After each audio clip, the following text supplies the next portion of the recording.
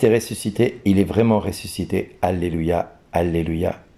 L'évangile de ce jour est puissant et je vous invite à l'écouter avec calme et sérénité.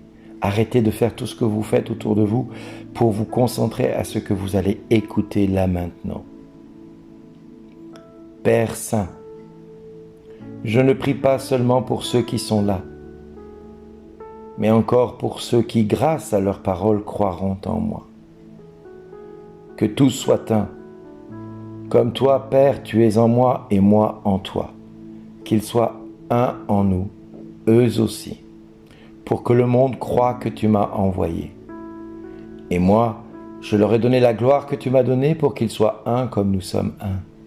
Moi en eux et toi en moi. Qu'ils deviennent ainsi parfaitement un, afin que le monde sache que tu m'as envoyé et que tu les as aimés comme tu m'as aimé. Père, ceux que tu m'as donnés, je veux que là où je suis, ils soient eux aussi avec moi et qu'ils contemplent ma gloire, celle que tu m'as donnée parce que tu m'as aimé avant la fondation du monde. Père juste, le monde ne t'a pas connu, mais moi je t'ai connu. Et ceux-ci ont reconnu que tu m'as envoyé. Je leur ai fait connaître ton nom et je leur le ferai connaître pour que l'amour dont tu m'as aimé soit en eux et que moi aussi je sois en eux. Acclamons la parole de Dieu. Cet évangile est puissant, il est magnifique, parce que Jésus nous dit qu'il n'a pas prié simplement pour ceux qui étaient autour de lui, c'est-à-dire les apôtres. Il a prié aussi le Père pour que, grâce à la parole que vous êtes en train d'entendre, vous vous mettiez à croire en lui. Pas pour n'importe quelle raison, mais pour que nous soyons tous un. Comme le Père et lui sont un, eh bien nous aussi, il nous faut être un. En eux et eux en nous. J'insiste là-dessus parce que c'est un évangile qui nous parle de l'unité. L'unité dans la foi, pas l'unité dans les doctrines, ni dans les théologies, ni dans les traductions de la Bible, ni même l'unité dans les églises. Il nous parle de l'unité qui réside entre enfants de Dieu. Que tous soient un. C'est-à-dire que tous, nous soyons à la recherche de cette unité. Comme le Père et lui ne sont un, ne sont qu'un, eh bien nous aussi, nous devons être un. Pour une simple et unique raison,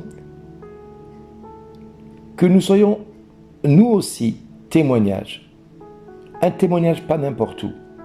Que nous soyons témoignages pour que le monde croie que Jésus a été envoyé.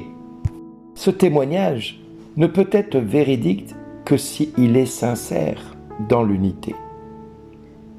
C'est pour ça que Jésus nous demande et prie le Père que nous soyons tous un.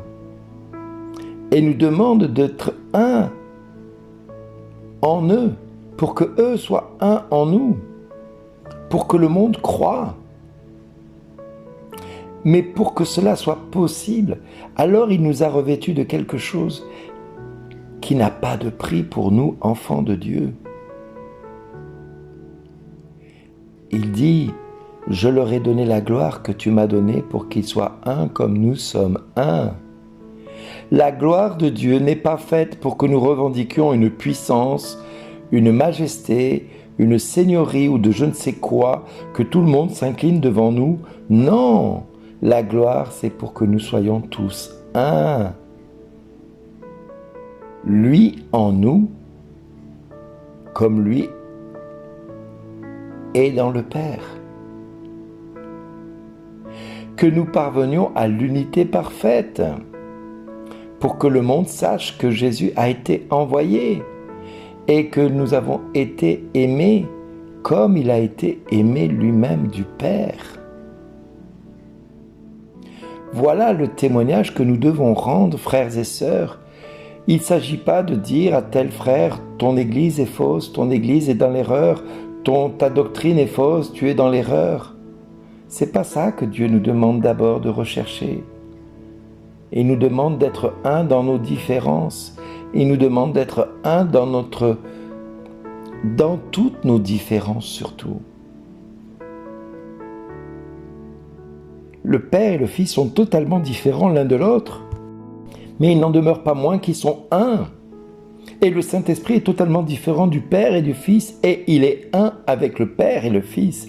Ils ne forment qu'une seule et unique Trinité, une seule personne, un seul Dieu. Le monde n'a pas connu cette grandeur de Dieu, mais ce monde est appelé à le connaître. Et nous avons reconnu que Jésus a été envoyé. Il nous a fait connaître son nom, il va nous le faire encore connaître jour après jour, pour que l'amour dont il nous a aimés soit en nous et que nous soyons nous aussi en eux. Alors frères et sœurs, prions le Père maintenant, que l'unité parfaite vienne dans l'Église, mais vienne au-delà de l'Église, vienne entre tous les chrétiens du monde entier. Et priez avec moi maintenant le Père. Père juste et bon, je te prie pour que tous mes frères chrétiens puissent aujourd'hui dire Amen à ma prière. Je prie le Père Jésus, que tous mes frères chrétiens reconnaissent en moi le Fils de Dieu qui vit en moi.